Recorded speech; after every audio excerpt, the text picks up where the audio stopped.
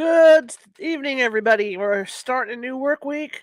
I know that's not the fun part. Fun part is you get to spend at least tonight with me, at least right now with me. My name is Charlotte. Let me get my cord going here.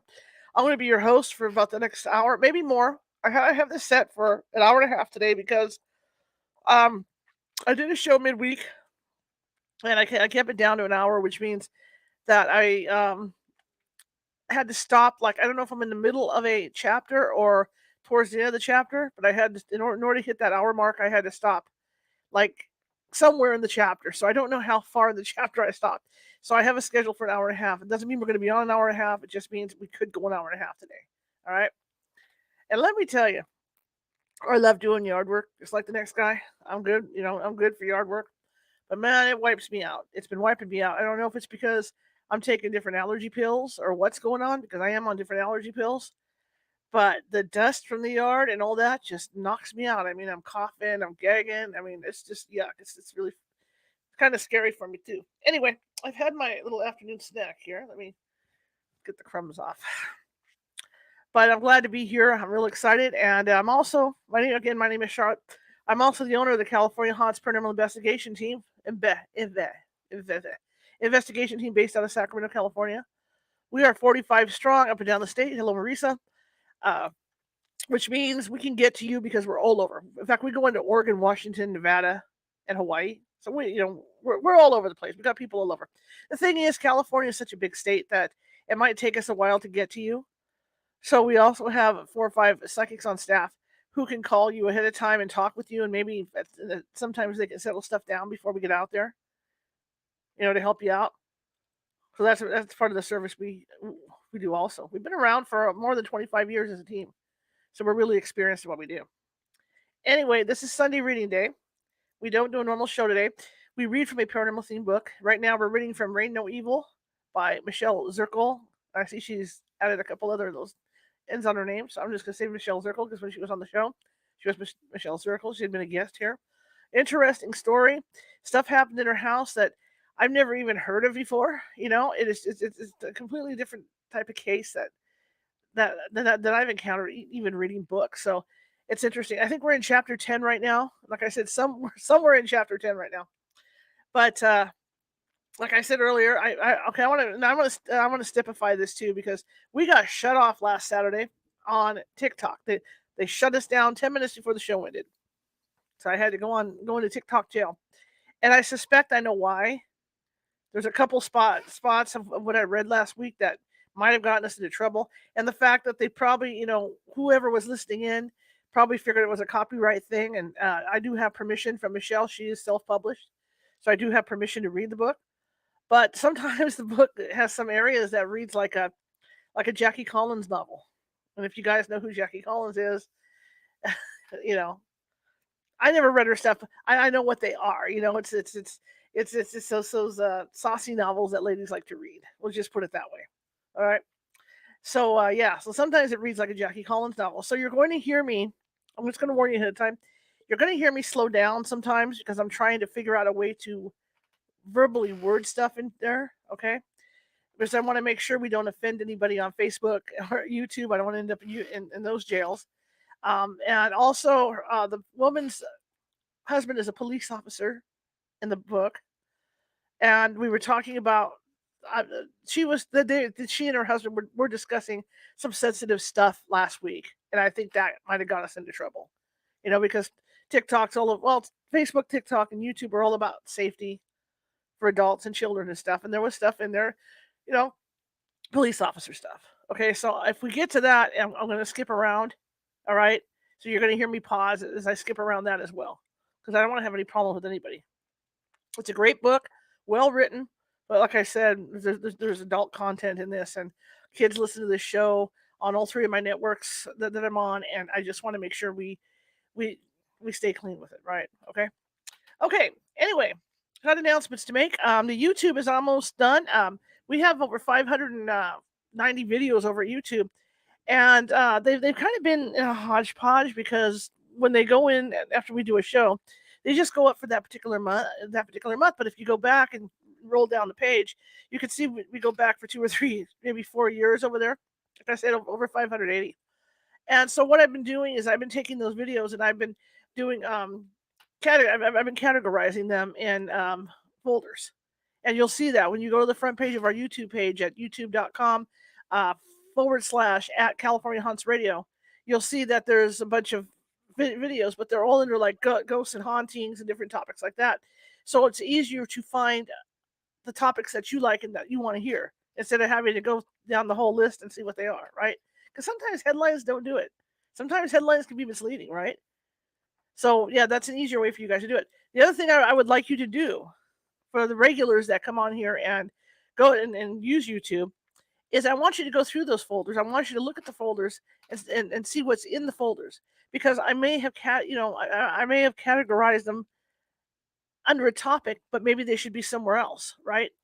Under another topic. Or maybe the topic's not there and you want me to add a topic for certain videos. I'm fine with that. Just let me know, which ones need to be switched, and I will do that. I'm asking for your help because there's a lot of videos.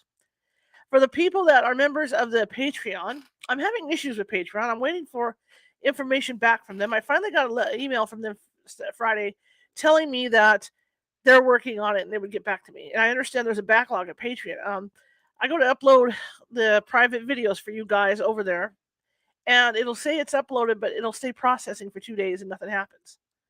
So I've got a note in the Patreon about that. But what I'm going to do is I can upload those to a private folder on YouTube for you guys, and then I can get you a link that goes directly in there, even though it's a private folder. Okay, so then you can still watch them. So I'll be uploading one this evening for you guys, and then tomorrow night I'm going to be pre-recording another show, and I'll have that ready for you midweek. And we also have the Tinkerbell show out there, which is almost completely edited, so that's going to be going up over there. So yeah, and what I'm talking about when I say Patreon, for the members of my Patreon is $15 a month, and it's $5 a month. I'm sorry, it's $5.50 a month. Too many places. And what you get from that is you will get in any pre-recorded video that I do. You will get to see it 1 to 2 weeks in advance of everybody over on this network. Okay, so it's kind of like a big plus. So you get to see it hot off the griddle.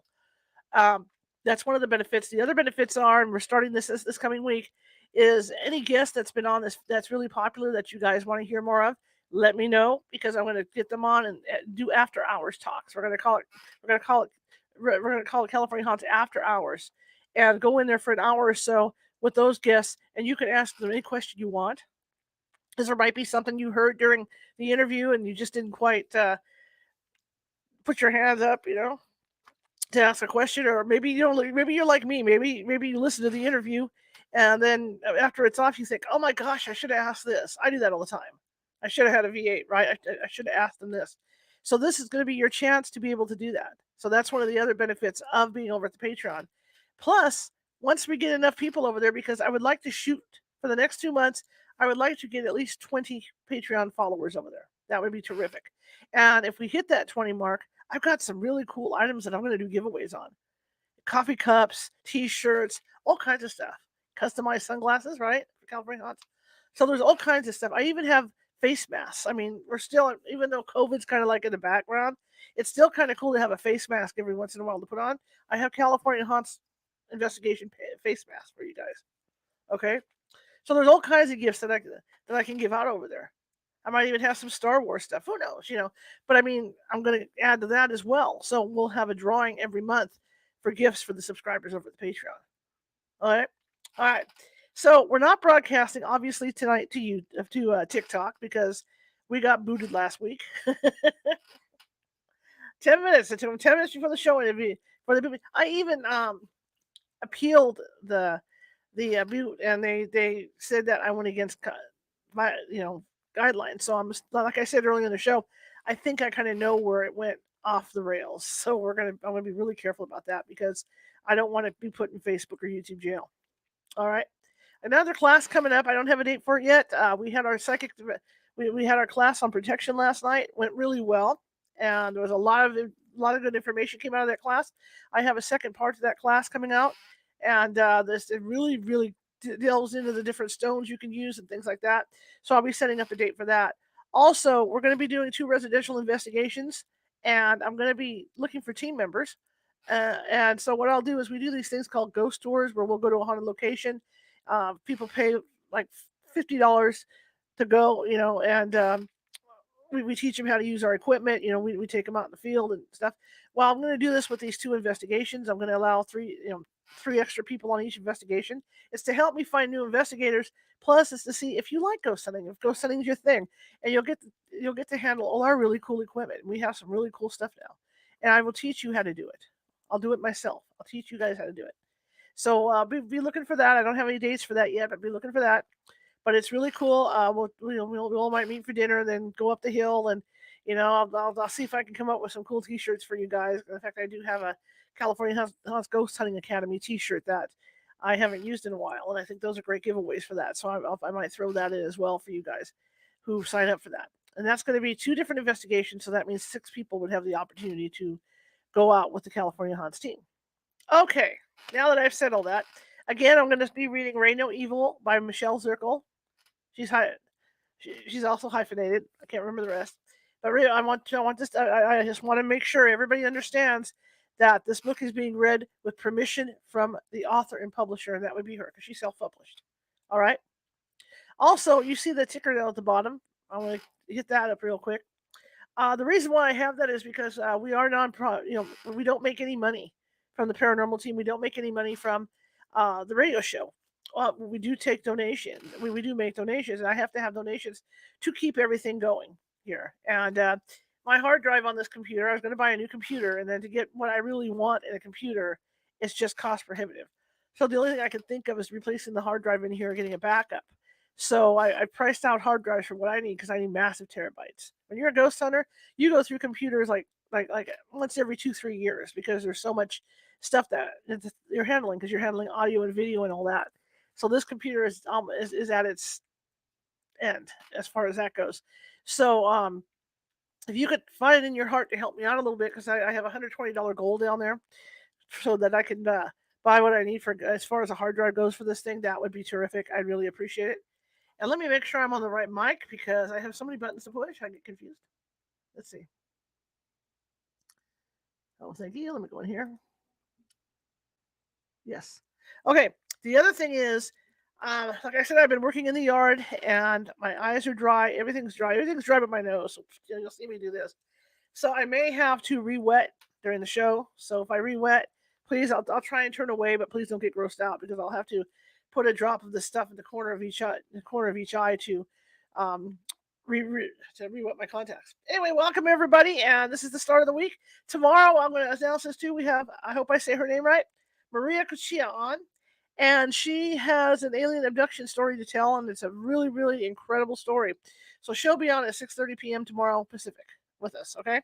So without further ado, and like I said, we're starting in the middle of the chapter, or I don't know, at the middle or the end of the chapter, how close we were to the end of that chapter 10 or 11. But that's where we're starting, which is why if you look at the runtime for this show today, it's going to be, I'm thinking it might be an hour and a half because of where we ended up with the chapter. So that's where it's at, okay? So again, if you hear me slow down and you hear me try to figure out what I'm seeing on screen, it's because there's something explicit on there or something that, like the police officer husband's talking about cases. Oh, there we go. Clear it up. Sorry to do that. See what I mean? It's my allergies. Or the police officer husband and she are having a conversation about certain types of cases that I think we got tagged for over on TikTok, and I don't want to get in trouble with anybody. I want to keep the peace. So while I'm doing this, you don't have to stare at me because I'm just going to be reading. I've got an ebook that I'm going to be reading off of on screen here. So I mean, if you want to sit and look at me, that's all wonderful. But I mean, you can sit down on your couch, put your jammies on, light a fire, depending where you're living, depending what your weather is. Light a fire, eat your dinner, do whatever. You don't have to look at me. I have one fan that carries me around with her when she cleans house. I always end up in her basement. Kind of frightening. No, I always end up in her basement. So you can carry me around if you're out walking your dog, whatever, just to listen to the show. Okay, so here we go. This is Reign No Evil by Michele Zirkle, and we do have permission to use this. Here we go. Okay, so I know we're in chapter 10. Like I said, I don't know where we're at. So here we go. Quote. We're going to start with a quote. Let me find my spot so I can change pages here. There's a certain sweet spot. Boy, you'd fall for anything, wouldn't you? He's just messing with you. Dealing with kids at school? I think you wouldn't be so gullible. Alex descends into the basement, hangs his overworked uniform on the hall tree, yells for Ben, and stomps into the half bath. The commode flushes just fine, Alex announces as Ben saunters in and leans against the doorframe. Now, last week, just before we closed everything down, um, they've been having water problems where water sprays out of nowhere and they can't find where the leak is. And then one of the kids happened to go use the toilet, and when they were sitting on there, I don't know if they had flushed it or as they were going to go sit on there, water shot straight up out, out of the toilet. This is what Alex, the father, is talking about. Alex is the policeman. A bunch of nonsense, Ben, Alex says. You flush. We watch the water spiral down the drain like it's supposed to, Ben looking at me for help. I shrug, fishing to pull Alex's eyes to mine. It did hit the ceiling before. I saw it. Heck, Savvy, you'd see pigs fly if someone else did.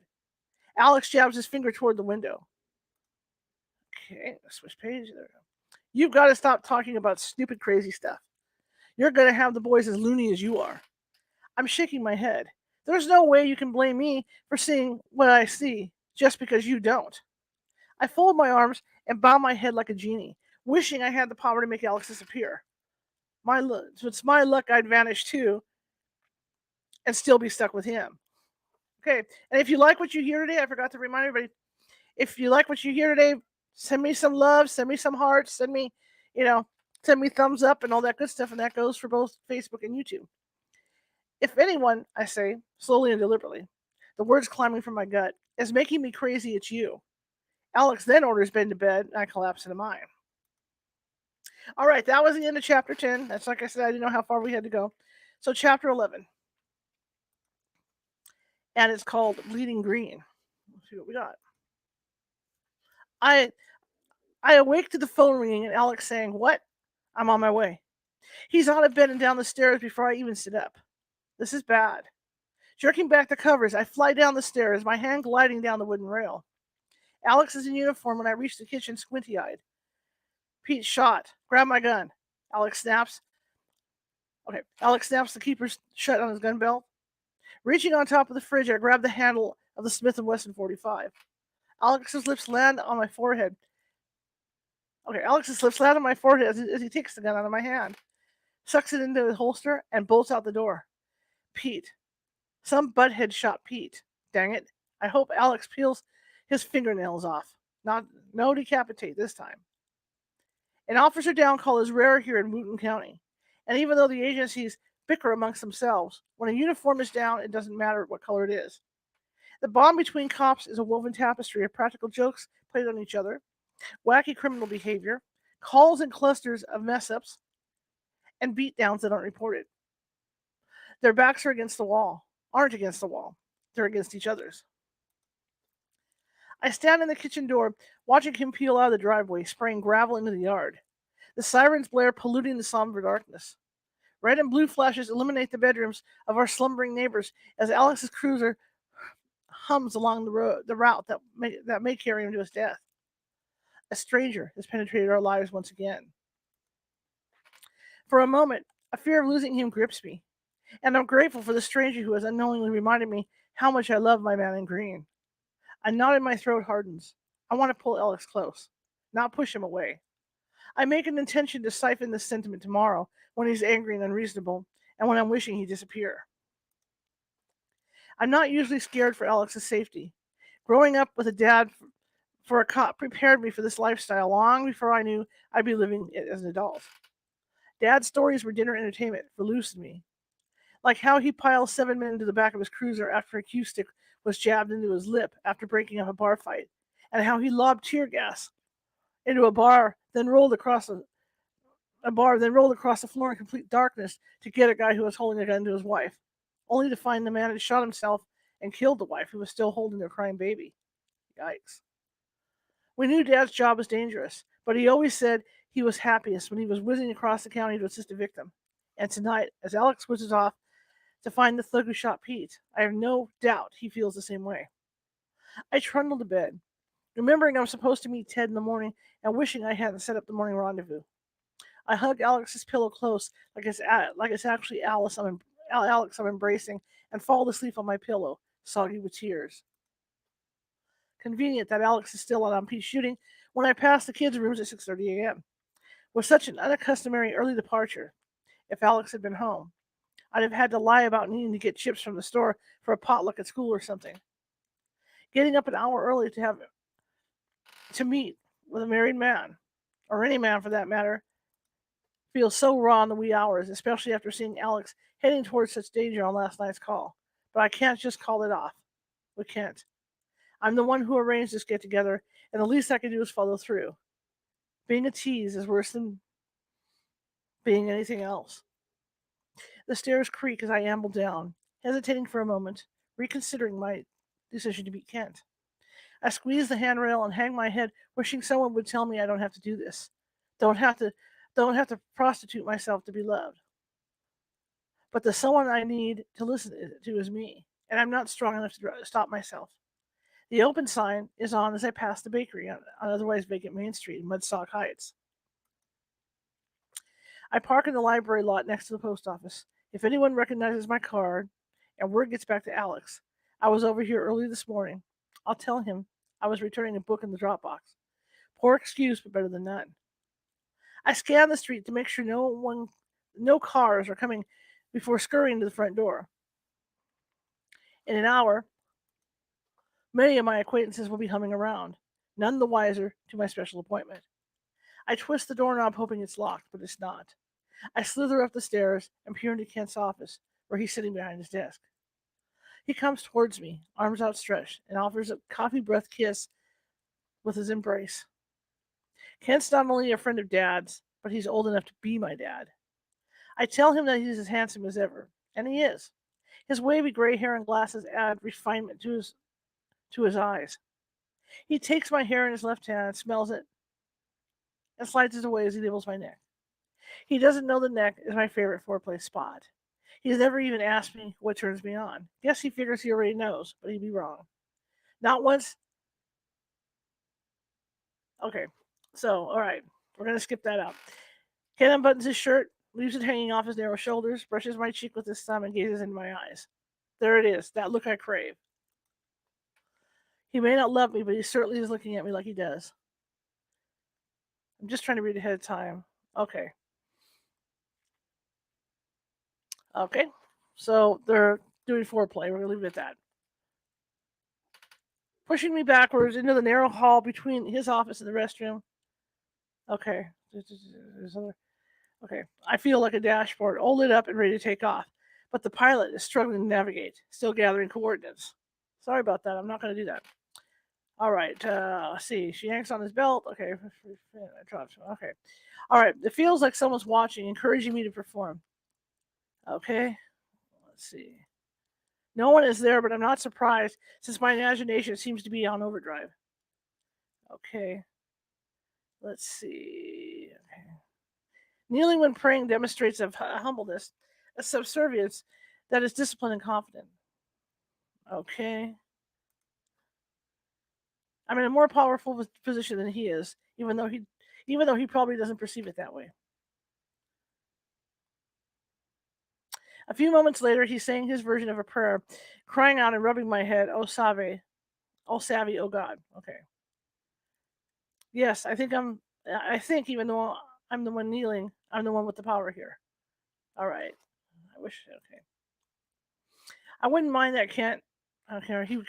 All right. But he's already landed, and I'm stranded on the ground. I feel like the office cleaning lady just performing a service, except she gets paid, and I can't. And I can't from this deal. Okay.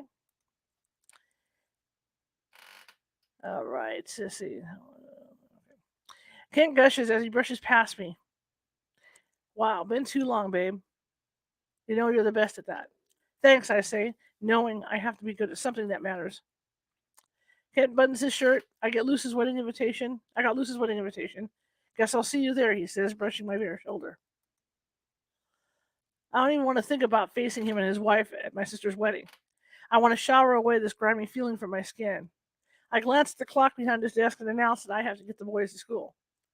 Back home, I suds up with lavender, diffusing the scent of Ken's musky cologne. and wake the boys who were still snoozing. I left the note on my bed saying, "Ran to the store," in case they woke up before I got back or Alex made it home before I did. While the boys dressed, I microwave sausage egg biscuits. Excuse me. My domestic duties, like breakfast, are my lifeboat, keeping me afloat in this bog of deceit. After I return a text from Dad, who wants to know who got shot because the news just said an officer in Wootton County, the boys join me at the counter where their breakfast sits. I tell them, between sips of coffee, that Pete was shot last night and their dad's still out. Is Pete dead? Ben says. I don't know, Bud. All I know is he was shot. Will Daddy be home to take me four-wheeling? He said he would after school, Isaac says, chomping on his biscuit. I haven't heard from Alex since he sped into the night to apprehend the villain. God help him, who was responsible for injuring Pete. But I don't want the boys to worry about their dad's safety. I imagine he'll be very tired, but he might, I say, praying Alex is safe and comes home to me, to us. Suddenly, a stream of water shatters across the kitchen ceiling from the direction of the living room. Ben doesn't miss a chew, but Isaac's mouth is open so wide that you think he'd just seen a witch fly through the room again. I dry the countertop and floor with the dish towel, and a few minutes later, Isaac's climbing up onto the school bus, and Ben and I are racing to the car. At school, Mr. Feldman knocks on my door and calls me out for powwow in the hall with Mrs. Avitz before I can even get the bell ringer on the board. Feldman wants to know how Pete is doing, but I have no inside scoop. Feldman knows more from the news report than I do. I haven't even seen the news. I was too busy. With Kent and sopping up water. Word through the school hotline of when Mrs. Z is president is that Pete was shot by a sniper, but I don't know why a sniper would want to shoot him.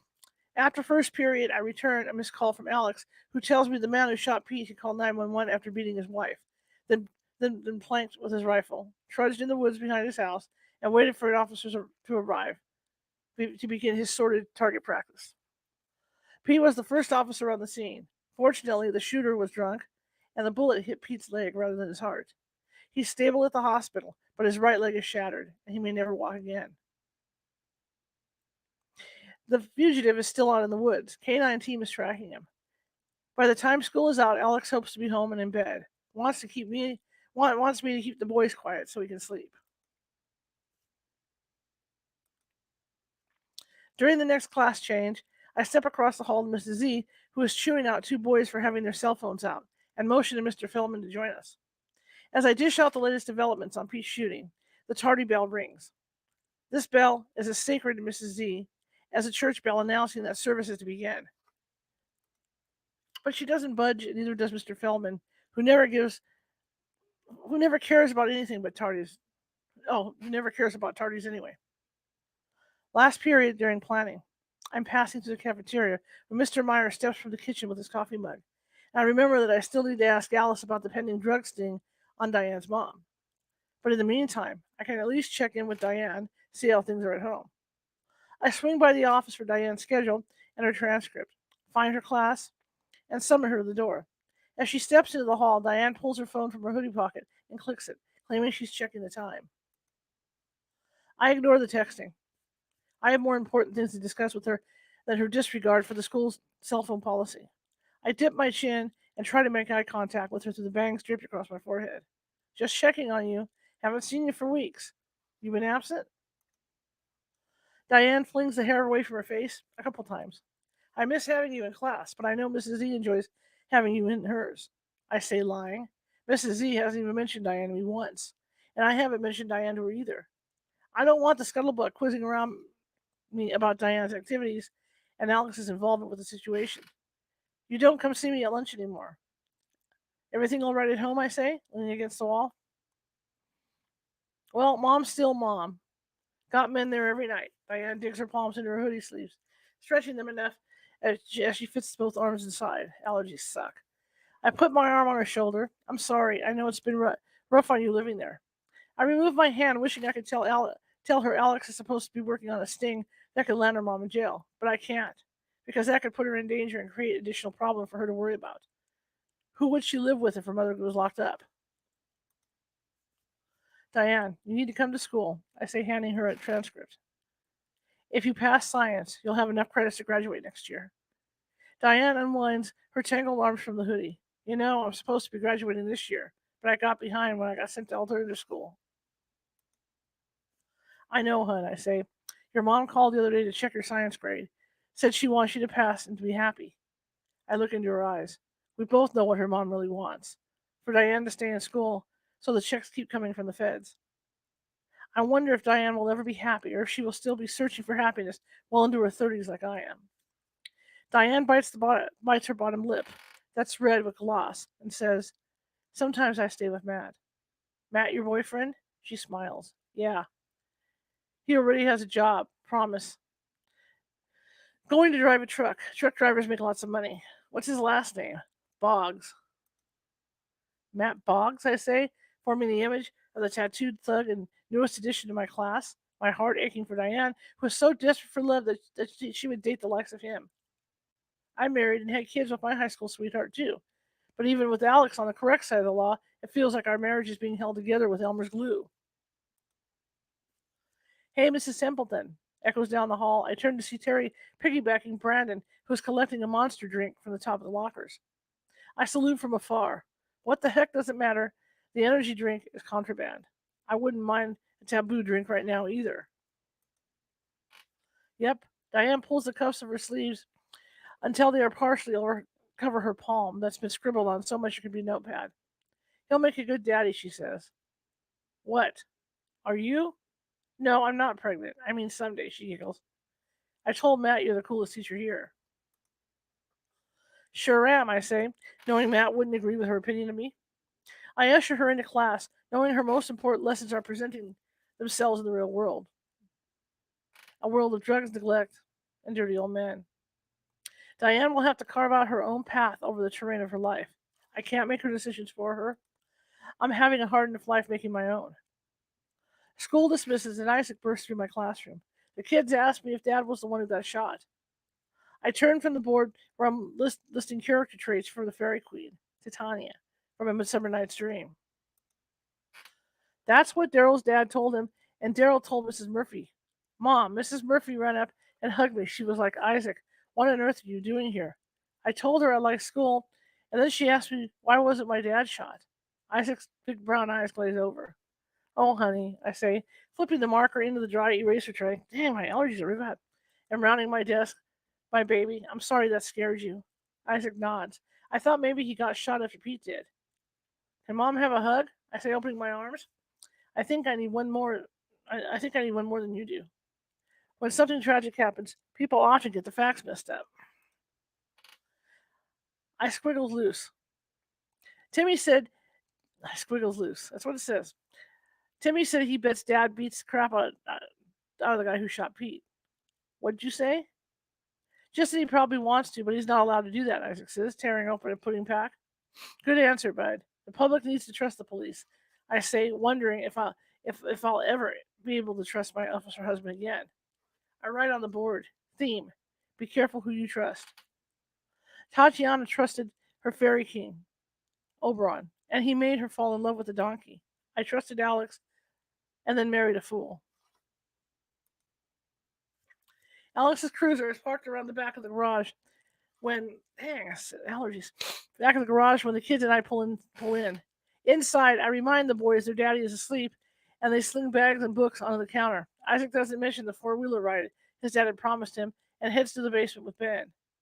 I turn smooth jazz on and I'm sprinkling thyme on tilapia when Ben flushes the commode and lets out a war whoop that cuts through Boney James' serenade. I totally forgot we have a commo gusher.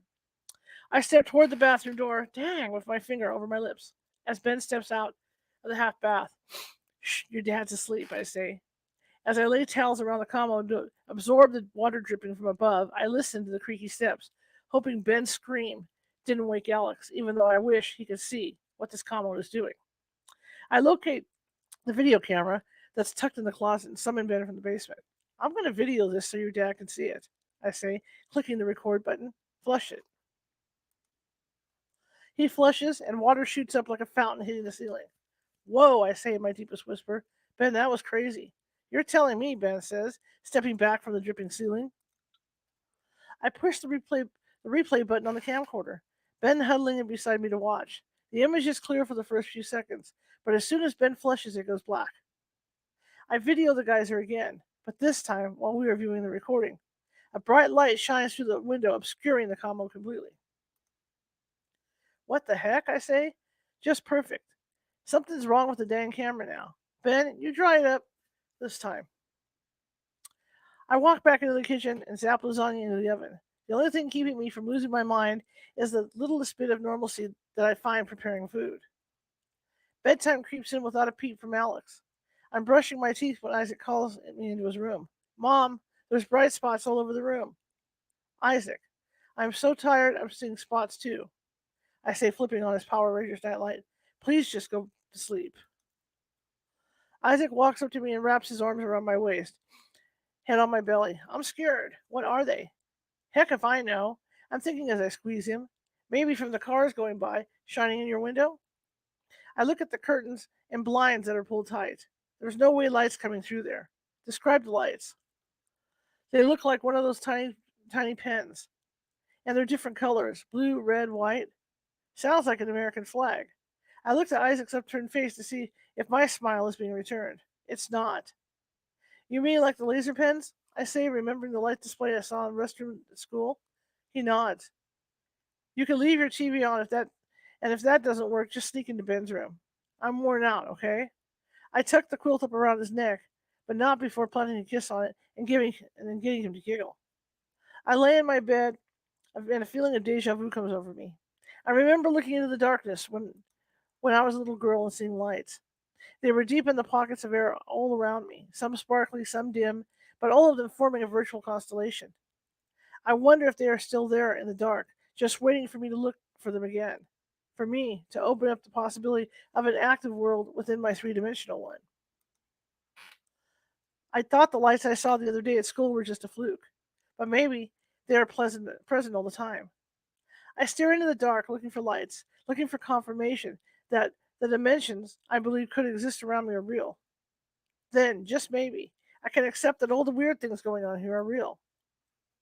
Closing my eyes, I breathe in, thinking about how the molecules I'm inhaling, the ones I can't see, are sustaining me. A flash suddenly eliminates the darkness of my eyelids. I pop my eyes open. Speckles of lights flicker to the upper right of where I'm lying. I can hardly believe it. I'm not just imagining them.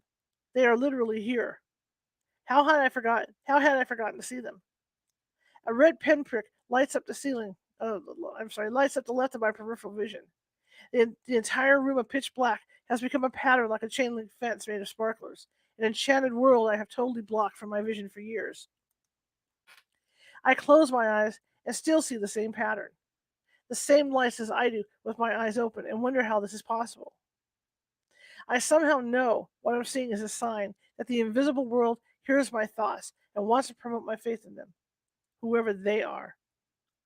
I fall asleep viewing the light show, and a few hours later, in the middle of a nightmare, I wake up with a jerk. My head is throbbing. I'm opening my nightstand to get an aspirin when I notice my journal seems to be sprinkled with lights, like I saw before I fell asleep. Maybe whoever they are in the other world want me want me to write in it, but I'm too exhausted right now. I love babies, but dreams of dropping them, forgetting to feed them, or worse, losing them and leaving them alone is interfering with my sleep more and more often. This time it was a little boy left by the road, just sitting there in a stroller. I unsnapped him, pulled him close to my chest, and flew him through the air to a nursery, leaving him in the protective arms of a nurse. I'm reliving the feeling of him in my arms when a thought occurs to me. Maybe I saved babies because I couldn't save myself. Chapter 12. The Honorable Monster. Iskip. The college day assembly the next morning. Oh, sorry, Iskip. I'm sorry, it jammed together. So that's what I mean. It's kind of weird. I skip. Sorry, guys. The college day assembly the next morning at school and search Alex's cell phone records online. I didn't write down Raven's number the night I saw it, so I can't check his contact with her. But I know textbook Stacy's number. Current usage shows 27 calls and 83 texts in the past 3 weeks between my friend Stacy and my husband. Scrolling back through the previous months, I find they've been in almost daily contact since last summer. Late night calls and 6 a.m. texts constitute a relationship that amounts to more than just a one night stand. The list of numbers and texts are a blur through my tears. But I'm no better than Alex. I have no right to cry. I blow my nose and print the pages. I may need them for leverage if this comes to divorce. I darn sure don't want a nasty one like Mom and Dad's was. I'm justified for messing around with Kent, but that doesn't squelch the guilt that's gutting me. I know the affairs are wrong and useless. No, not one of the men I've had an affair with made me feel loved or accepted for who I am. Yet I keep shooting up. I'm sorry. I keep seeing them, knowing it's just a quick fix. I should just leave Alex, for his sake as much as mine. Gosh. We should cut our losses. We're both 34, and that's young enough to begin a new life with someone else. Young enough to fall in love with life again. I imagine my life without Alex. Without him, I wouldn't have someone to argue over dinner with. Wouldn't have someone to sleep beside me and protect me. But the person I most need protected from isn't the criminals he's arresting. It's from the monster that Alex has become from dealing with them. He used to be a teddy bear I wrapped my arms around to feel safe. Now the ogre. Not the ogre that I want to run from, screaming, with my hands over my ears. But he's my monster. Mine till death do us part. Mine to tame, to feed, to play with. I'm locked in this cage with him, and no matter how much I plead or snap the whip, or taming this, and no matter how much I plead or snap the whip is taming the monster that I love. I stay in my room during the entire school assembly and call our homeowner's insurance company to ask if they can recommend a contractor who can help us fix the leak. The feminine voice on the line says, "We have professionals who specialize in water leaks." I file the claim and schedule the team to come to the house. But then she says, "The water and electric must be turned off to the structure, excuse me, before the crew can enter." "I don't think you understand," I say. "We need the utilities on. We're still living in the house." "Oh, you are?" the lady says. "I figured the structure was uninhabitable from the way you described it." "How are you living, dear, with all that water?" "We just dry it up with towels. It sounds so simple," I laugh. "So there's no standing water that they will have to wade through," she says. "Oh, no, it's not like that. The sprays are rather sporadic." I say I'm willing to turn off the power and live by candlelight, if I have to, in order to get the team of experts here, but I'd rather not. "Okay, then," the lady says. "Our guys will be there tomorrow at 4 o'clock, and the utilities can remain on." I hang up and notice the text from an unknown number that I saw last night, but forgot to read. It says, "Hi there, it's Joe. How you doing?" Who the heck is Joe? "Hi, right back," I text. Refresh my muddled memory, please." "The guy you handed your number to on the back of your grocery list. Remember?"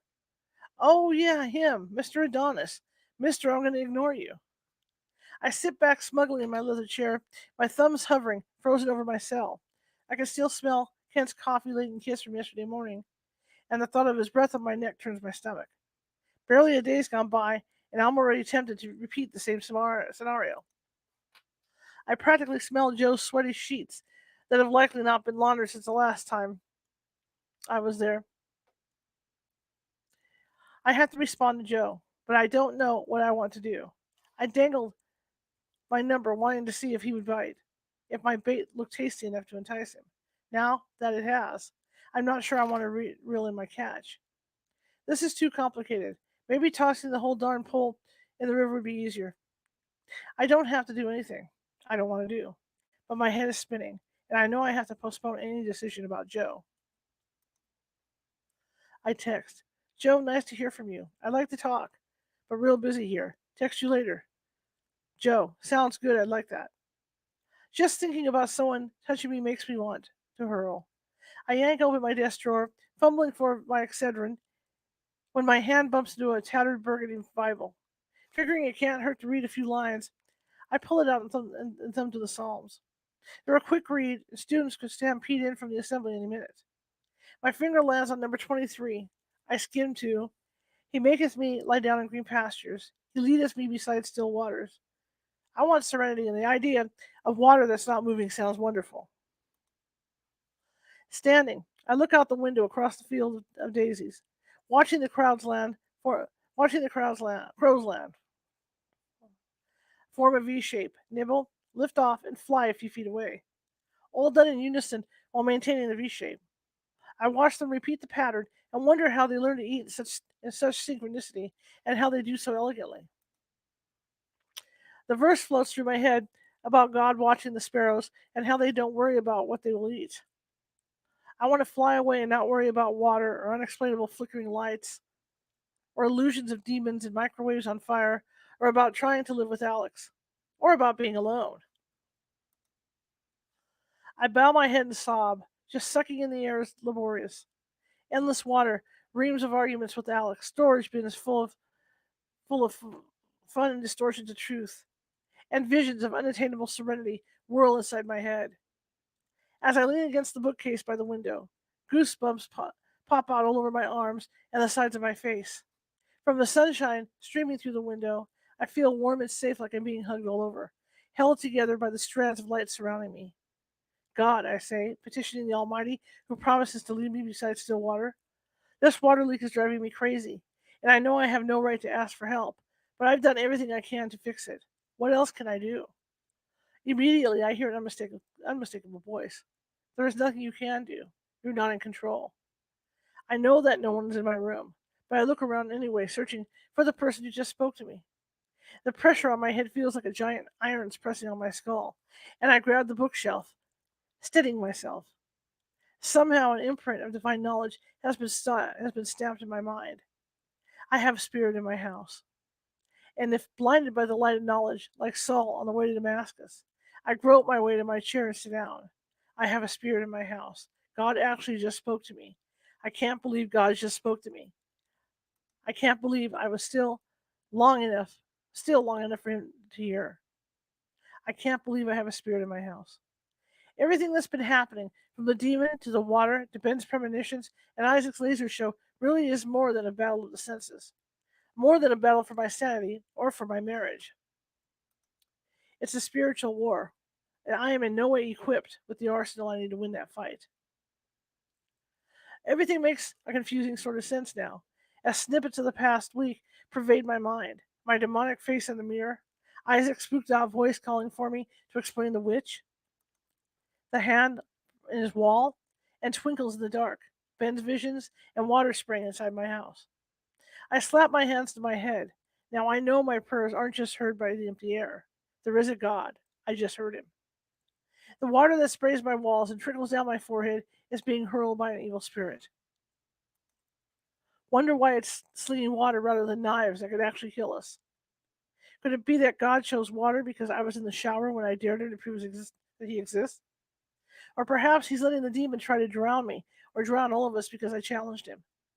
But God is supposed to be loving and merciful, and surely he can't blame me for wanting to know he is real. Wonder if he sent the demon or just removed his protection like he did Job in the Bible.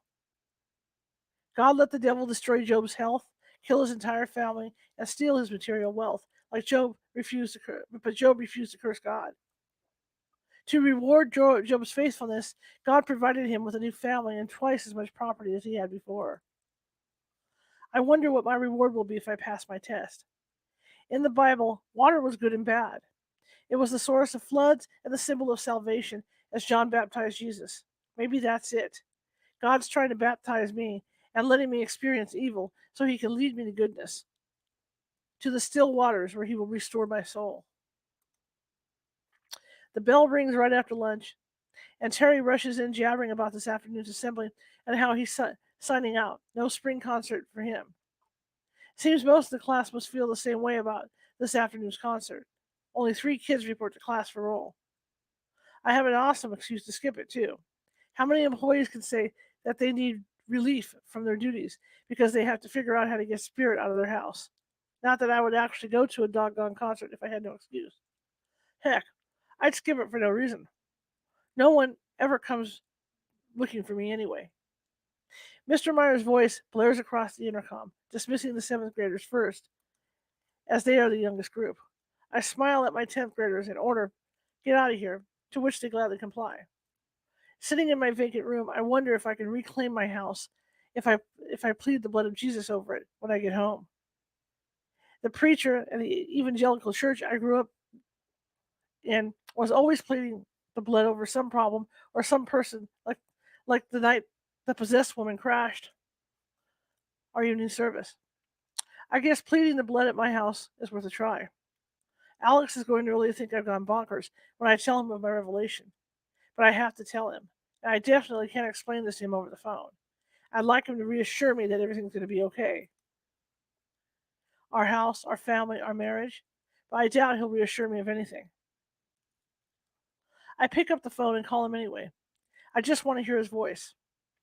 I soak in his strength as I listen to him relate how Stranahan located Pete Shooter in a cave and quickly notified Taze, who gave permission for the VIP treatment. All right. I'm going to skip this part because, yeah. Alex says, you should have got the RIP version, but I was in a good mood. I tell him I agree, even though I really don't.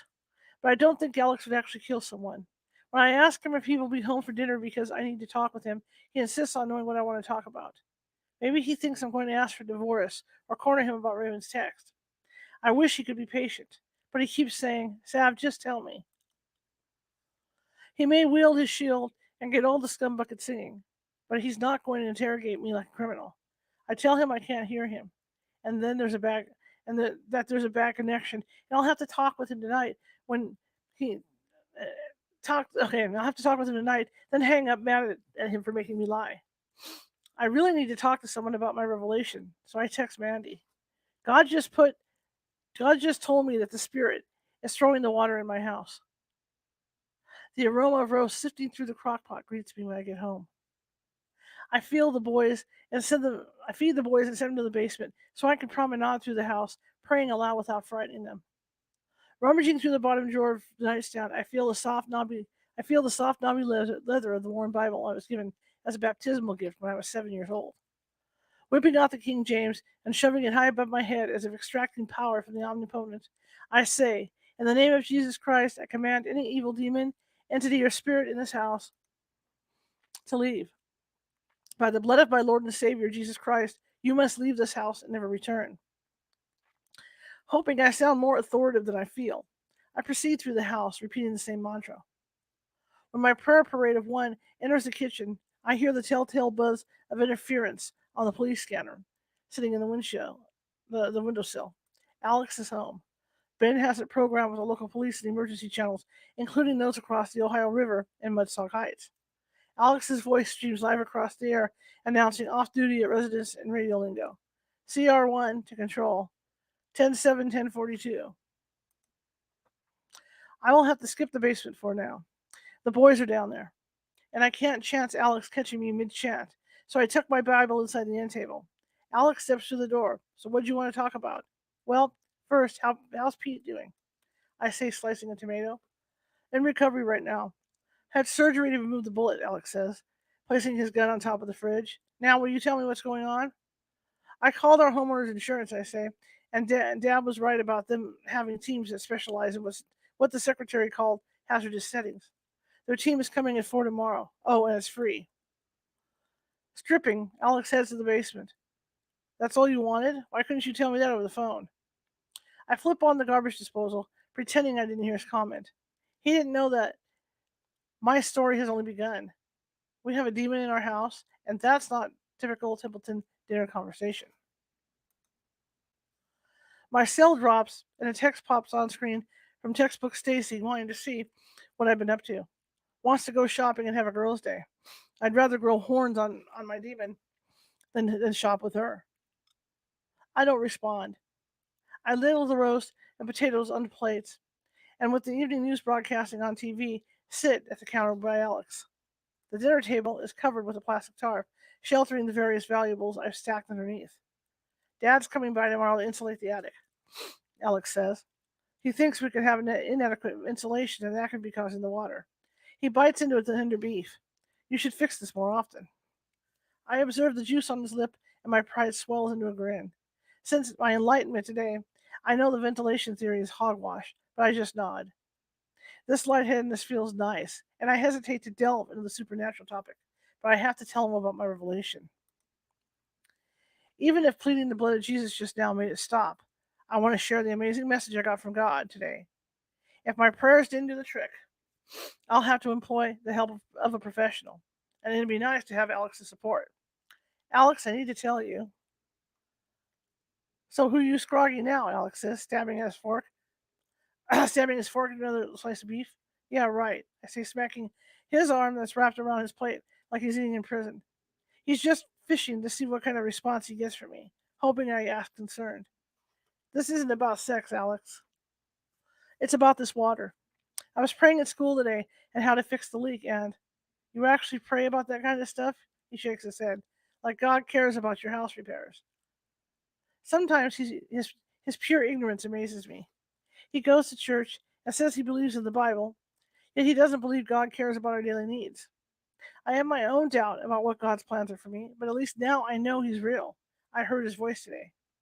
Yes, I say, God cares about what the sparrow eats, and I think he enjoys helping us in all aspects of our lives, no matter how mundane they are. Alex swishes a swig of tea in his mouth like it's Listerine. I think he's got more important things to help with people with, like people dying in the hospital. I can understand praying if you have cancer.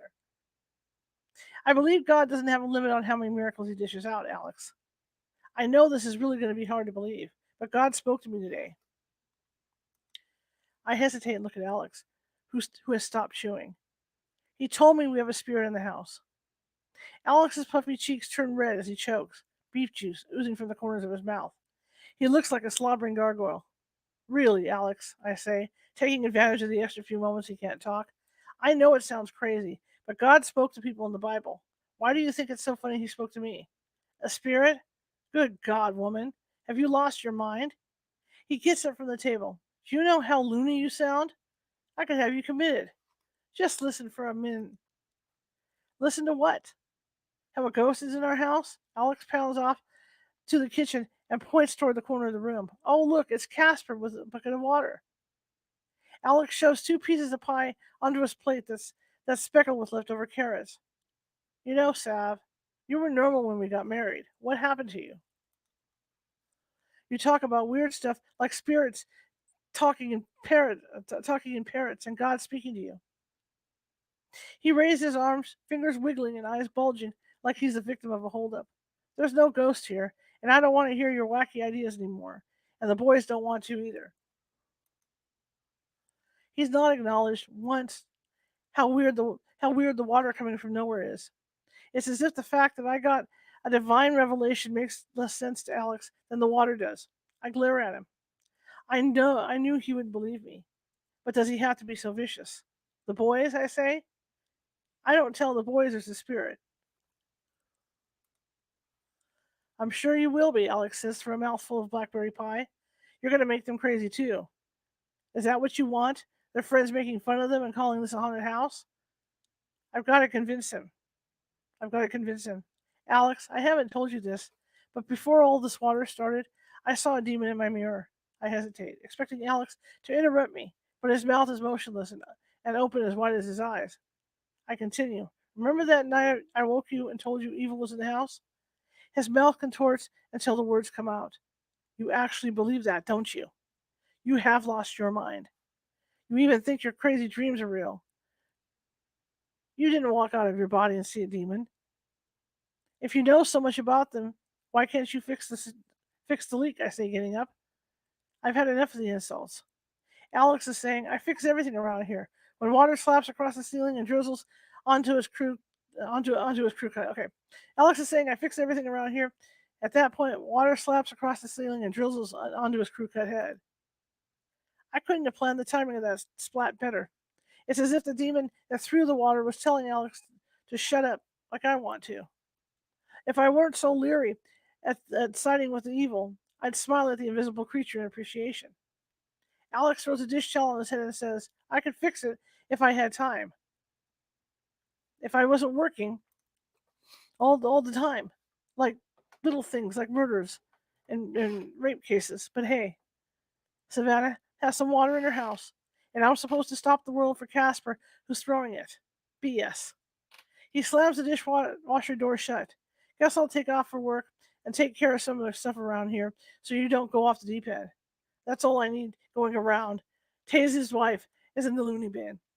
Alex storms off to the weight room in the garage, and I stand staring at the front window, dazed. He doesn't understand that I don't think a spirit is responsible. I know there is. I don't care if the whole community thinks I'm crazy. They aren't the ones this is happening to, and they sure as heck don't live with Alex, who would cause anyone to lose their marbles. I know what I know, and I just can't unknow it. The only way Alex will believe anything is to see it for himself. Maybe if I could prove the commode water is hitting the ceiling, captured on camera, maybe he'd believe me then. I grab the camcorder and video the passing cars to see if it's recording them without malfunctioning. When I play it back, the images show up perfectly. So I recruit Ben to flush the commode. Ben flushes and water shoots onto the ceiling. But when we watch the replay, a bright light shines through the window, blinding the image on the screen. Mom, Ben says, stepping back from the dripping water. Why didn't it hit the ceiling yesterday when Dad washed me? I wondered that myself. But at the time, I didn't know a spirit was in the house. Maybe the spirit didn't torpedo the commode water for Alex because he isn't open to the possibility of something paranormal being the cause. But if that's the case, why is he able to see the water spraying out all over the house? I set the camcorder for one more try. I don't know, Ben. Let's try one more time. An attempt from a different angle is blacked out like the first time. I tried it like the first time I tried it yesterday. So I release Ben from flushing duty. The spirit is camera shy. I head upstairs and flop onto my bed and see Mandy has texted me back. A spirit. Oh my God, girl. I've got to see this. We'll be in a week from Monday to visit Mom and Dad. I text back. There's way more than water, too. Way too much to text. I can't wait to see you. Mandy says, I know you're busy and you have to be stressed to the max. God, I wish I could do something to help you. You are. Just you listening makes me feel better. Alex doesn't believe God actually told me that a spirit's in our house. The more I know, the less I understand, but acknowledging my ignorance puts me miles past Alex. Actually, I think we're running two entirely different marathons. His feet are pounding the ground, and I'm flapping my arms for liftoff. I want to see the unseen and understand the inexplicable, while Alex seems to immerse himself in the physical world that no longer seems real to me. I slide my journal into my nightstand as water shoots across the ceiling directly above the middle of the bed. I've had enough of this wet and wild ride for one night. I pack a bag and tell the boys to gather their things for an overnight at Pawpaw Cal's. Downstairs, I tell Alex that I'm heading to Dad's. I'm too exhausted to care if he's ticked because I'm leaving him to sop up the water himself. I collect my school bag, listening to a barrage of accusations from Alex about how I'm making the situation worse by uprooting the boys on a school night, and how he doesn't know why we are even married since we never have sex. Never? I say, slamming my keys on the countertop. A few nights ago was never. I'm ready for this confrontation. No more cowering from me. It's time he knows he's not innocent. Then he can get off his high horse. I'm sure Raven won't mind helping you out. Alex's lips seep air like he's blowing out a candle, his eyes peering away from their corners. Who's Raven? Why did you say that? He's scared. Good.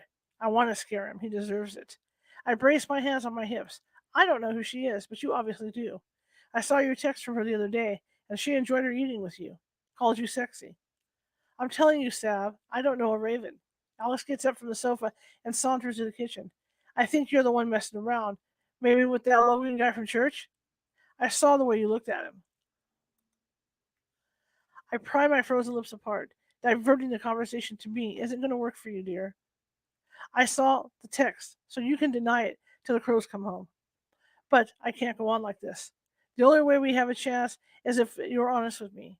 I'm not going to leave you because you are seeing her, but I will if you lie to me.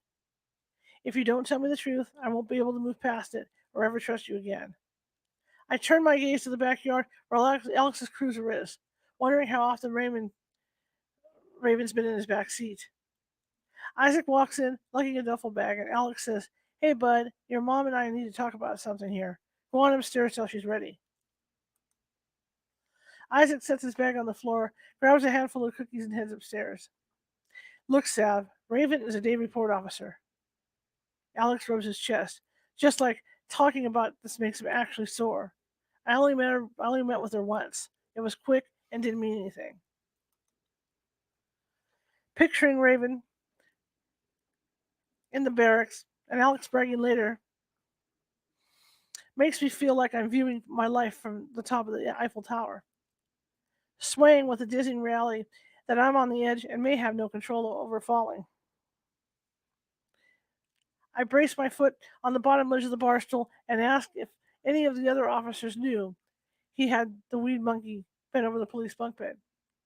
Picking a weed monkey is as common with men in uniform as picking marijuana plants during harvest season is with the stoners. I've never asked why cops refer to their lovers as weed monkeys. Guess it's because for drugs, one woman, yeah, okay. We'll just blow over that one. How many of your buddies know you did her? Sav, I didn't tell anyone. Like I want that information getting out.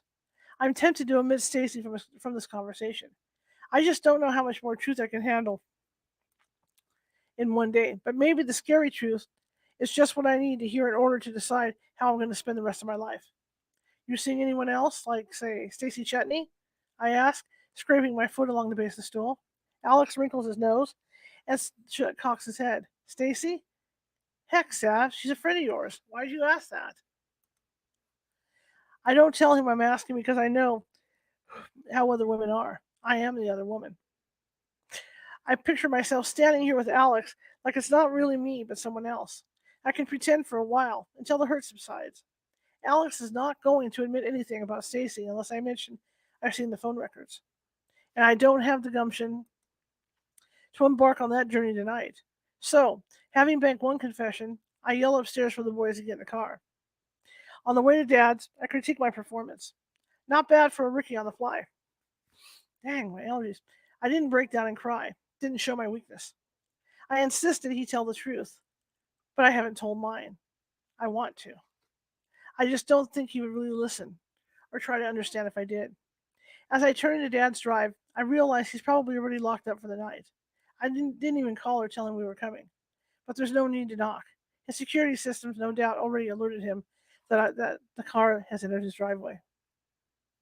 The porch light snaps on as I pull up to the garage. Dad's at the door with his hand in the pocket of his flannel robe that no doubt bears a revolver. The boys and I pile out, and Dad waves us onto the porch. What's wrong, baby girl? He asks, his arms extended as far as the door is open. He hugs me, the hand holding the Smith & Wesson his other hand holding the Smith & Wesson around my back. Just too wet at the house to reunite. I remain folded in the plush forms of his robe. Sorry I was too aggravated to call first. I say, my head heavy on his chest. Open invitation here, you know that. He pushes his glasses onto the bridge of his nose. Isaac runs past us into the house yelling, What you gotta eat, Papa? You hammerheads are always hungry, Dad says, releasing me. You both must have a hollow leg. Ben says, Aye, with a thumbs up, like Fonzie from Happy Days. My leg's not yellow, Papa, Isaac says. Ben slaps Isaac on the back of the head, and Isaac punches Ben's arm. Not yellow, hollow, I say, sliding past Dad with my bag. It means empty, like your leg's empty and that's where all the food goes instead of into your belly. I'll wrangle up a surprise, Dad says. Round up in the kitchen, cowboys. He winks at me. You go settle in, baby girl. I take my bag upstairs while Dad does kitchen duty. God, I love it here. I'm not holding my breath, waiting for an upset student to consult or an explosive husband to defuse. All I have to do is be alive, not to be a buffer in this pinball game of life.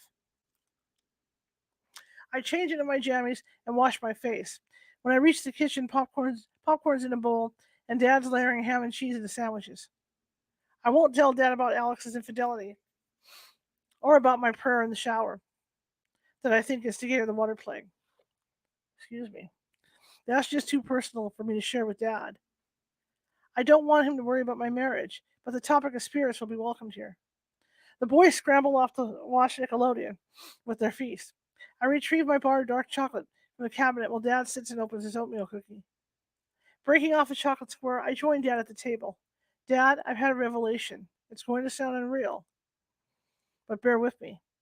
I was praying at school yesterday, and God told me we have a spirit in our house.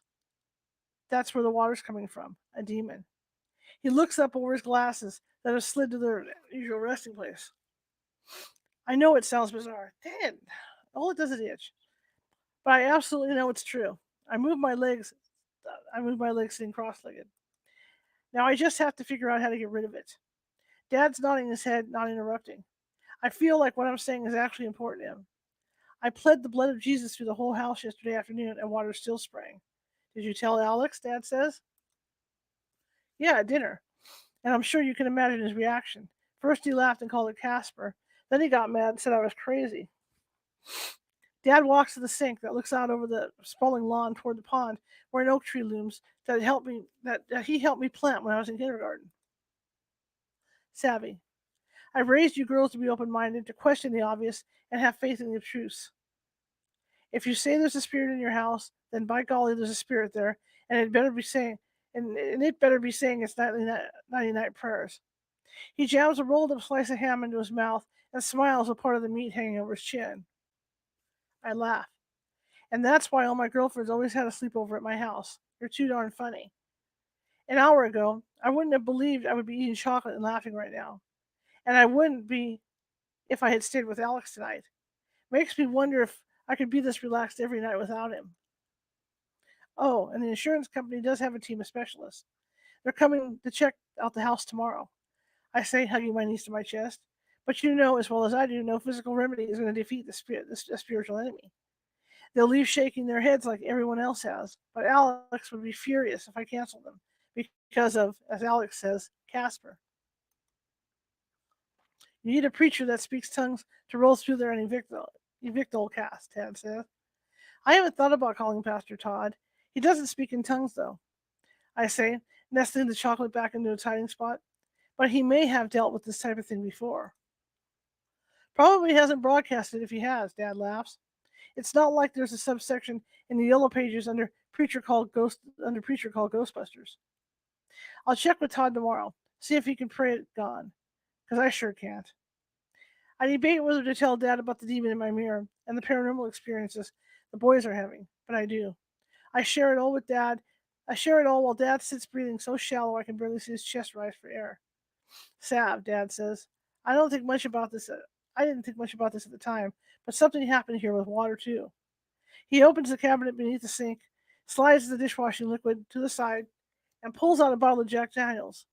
Similar to what's happening at your house, he says, sitting and pouring the alcohol into a glass with a splash of Coke. And you didn't tell me? Was it scary? I say, pouring myself one, with more Coke than the Jack. Not scary, just weird. But I really didn't connect it with your situation until now. Last fall, I woke up and heard water dripping. I thought it was one of the bathroom faucets, so I checked. But both the sink and the shower faucets were tight and dry. I listened for a minute, didn't hear it, so I went back to bed. As soon as I laid down, I'll be damned if I didn't hear it again. I moved my feet to get out of bed and felt a wet spot.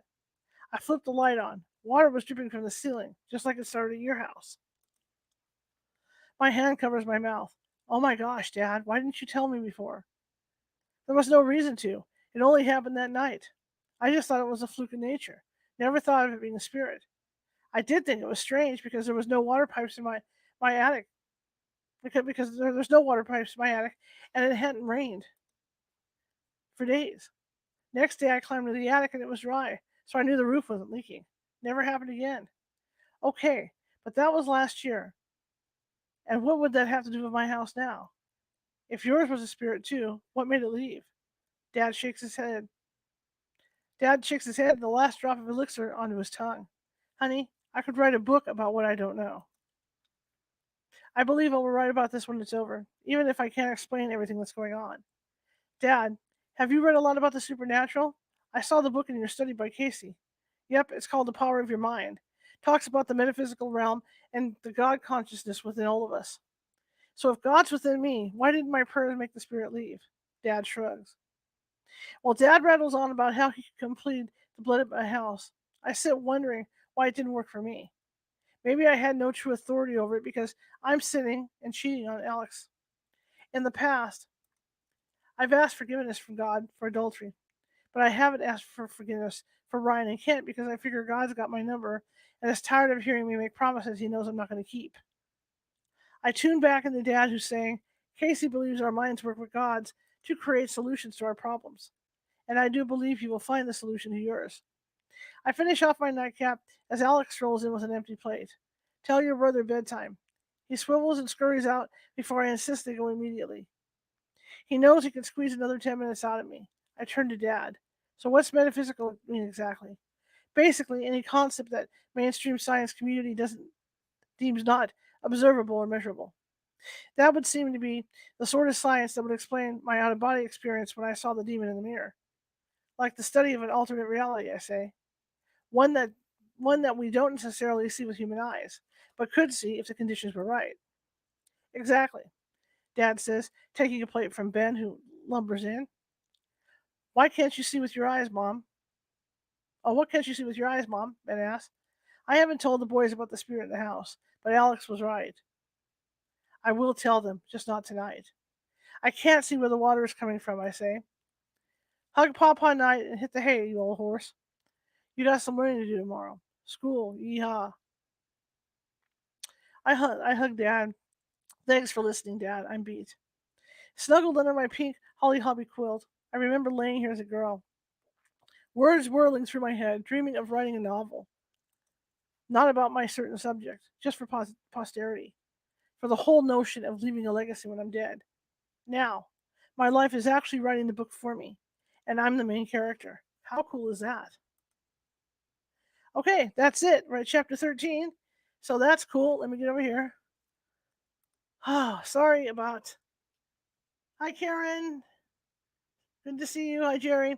Sorry about doing a wipe here, but I don't know. My allergies are just doing weird stuff like that to me. Anyway, we'll be continuing this next Sunday, or as you guys know, if we have a guest that has an emergency and can't show, then I will read, to replace the guest. But we'll continue it. We're at chapter 13, so that'll be the next Sunday run. I'm glad you guys came to spend this evening with me. I know you guys got to get ready for work, and I hope you were able to relax listening to me read. Uh, yeah, so tomorrow, 6:30 p.m. Pacific, we'll be back, and we're going to be talking with Maria Cusia, Cuccia. So hopefully I got it right, about her alien encounter. She has abduction story to tell. So I hope you're there for that. If you like the show, share it with 5 people. If you hated the show, share it with 5 of your enemies. We're Equal Opportunity at California Haunts Radio, and we're just trying to get the word out about the show.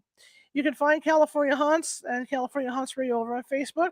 You can find us over on YouTube, and you can also find us on TikTok under California Haunts, and you can find us on Twitter under Cal Haunts and at Twitch under Cal Haunts. So there's multiple ways to find us. And please, if you haven't done so already and you're watching from Facebook, please hit that share. Please hit the share button and please hit that follow button because we're always looking for followers. I see some of you gave me some thumbs up and stuff. That's great. Um, the more the merrier, because what that does is there's an algorithm that Facebook and everybody follows, and the more likes you get, the better chances you have of being seen from people outside of your inner circle. So it really helps out. I'm seeing a big difference on YouTube right now for people to subscribe. And if you're over on YouTube and you haven't subscribed yet and you like what you see in here, please be sure to do that. I've also got all those videos that are in folders that you can check out. I think there's a subject that you'll like somewhere in there. So do check that out. And on the community page on YouTube, we're doing the paranormal question of the day. So if you think you know about the paranormal, come on over there and try and answer the question that I propose. Okay? And then I'll give you guys the correct answer later on as well. Anyway, thank you all for coming tonight. I really appreciate it. And I will see you all tomorrow at 6:30 p.m. Pacific for Alien Abduction Story. So here we go. See you later, guys.